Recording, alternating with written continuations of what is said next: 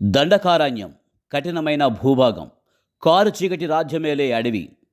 ఆ అడవి ఆక్రమదారులపై, తమ హక్కులను కాలరాసిన పాలకులపై ప్రతీకారం తీర్చుకునేందుకు పుట్టిన ఒకే ఒక్క పేరు మద్వి హిడ్మా. ఛత్తీస్గఢ్ సుక్మా జిల్లా పువర్తి అనే చిన్న గ్రామంలో మూరియా తెగలో జన్మించిన ఈ యువకుడు కేవలం 17 ఏళ్ల వయసులో తుపాకీ పట్టాడు.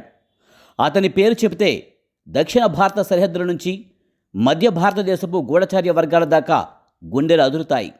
కొందరికి విప్లవ వీరుడు, ఇంకొందరికి అత్యంత క్రూరమైన ఉగ్రవాది. ₹1,00,00,000 రివార్డ్ ఆయన తలపై వేలాడుతున్న దశాబ్దాలుగా వేల మంది భద్రతా సిబ్బంది కలకు కనిపించకుండా కదలాడిన అదృశ్య శక్తి ఆయన. తన చుట్టూ ఉన్న ప్రజల హక్కుల కోసం హిడ్మా ఎంచుకున్న మార్గం రక్తం మరియు ప్రతీకారం.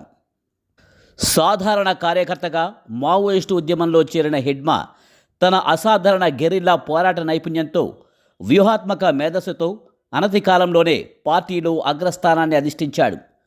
Peoples Liberation Guerrilla Army battalion 1కు కమాండర్గా ఎదగడం అనేది మావోయిస్టు ఉద్యమంలో అత్యంత శక్తివంతమైన స్థానం.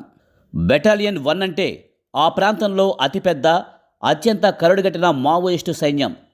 హిడ్మా కేవలం మూరియా, గొండి భాషలే కాదు, హిందీ, ఇంగ్లీష్, తెలుగు, బెంగాలీ భాషల్లో అనర్గళంగా మాట్లాడగల సామర్థ్యం కలిగి ఉండడం అతన్ని కేవలం ఒక స్థానిక నేతగా కాకుండా అంతర్రాష్ట్ర మావోయిస్టు ఉద్యమాన్ని ఏకం చేసే ఒక వ్యూహకర్తగా మార్చింది. హిడ్మాను భారతదేశ చరిత్రలో అత్యంత క్రూరమైన మావోయిస్టు నేతగా నిలబెట్టింది అతను అమలు చేసిన భారీ రక్తపాత దాడులు. అతని నాయకత్వంలో జరిగిన దాడులు కేవలం దాడులు కావు, అవి ప్రభుత్వ యంత్రాంగాన్ని వణికించిన ప్రకంపనలు. ఛత్తీస్గఢ్లో గస్తీ నిర్వహిస్తున్న సిఆర్పిఎఫ్ బలగాలను హిడ్మా వ్యూహరచన చేసి మట్టుబెట్టాడు. మావోయిస్టు చరిత్రలో అత్యంత ఘోరమైన దాడుల్లో ఇది ఒకటి. మొత్తం 76 మంది సిఆర్పిఎఫ్ జవాన్లు మరణించారు. ఈ దాడి దేశవ్యాప్తంగా సంచలనం సృష్టించింది.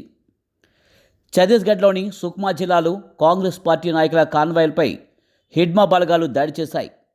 ఇందులో మాజీ మంత్రి విద్యాచరణ్ శుక్లా సహా 27 మంది ప్రాణాలు కోల్పోయారు.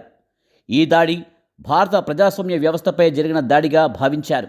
సిఆర్పిఎఫ్ 74వ బెటాలియన్పై జరిగిన ఈ మెరుపు దాడిలో మరో 25 మంది జవాన్లు అమరులయ్యారు.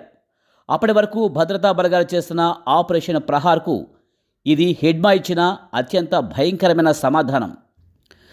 హిడ్మాను బూటకపు ఎన్కౌంటర్ చేశారని అనుమానాలు వ్యక్తం చేస్తున్నారు మావోయిస్టు మద్దతుదారులు. అసలు ఎన్కౌంటర్ నిజమైందా కాదా? ఆంధ్రప్రదేశ్లోని మారేడుమిల్లి అడవుల్లో జరిగిన ఎన్కౌంటర్తో హిడ్మా మరణించాడని పోలీసులు ప్రకటించారు. కానీ మావోయిస్టు పార్టీ ఈ ఎన్కౌంటర్ను బూటకపు ఎన్కౌంటర్గా ఖండించడం, హిడ్మాను ముందుగా అరెస్టు చేసి చిత్రహింసలు పెట్టి చంపేశారని ఆరోపించడం ఈ మొత్తం కథపై సందేహపు తెరకప్పింది. హిడ్మా అడవిలో ఆరిపోయిన నిప్పు మాత్రమేనా, లేక పాలక వర్గాల కుట్రకు బలైన ఆదివాసీ గొంతుక? ఈ ప్రశ్నకు సమాధానమే హిడ్మా చరిత్రలో మిగిలిన అత్యంత కీలకమైన అంశం. ఈ స్టోరీ మీకు నచ్చినట్లయితే లైక్ చేయండి, కామెంట్ చేయండి, షేర్ చేయండి.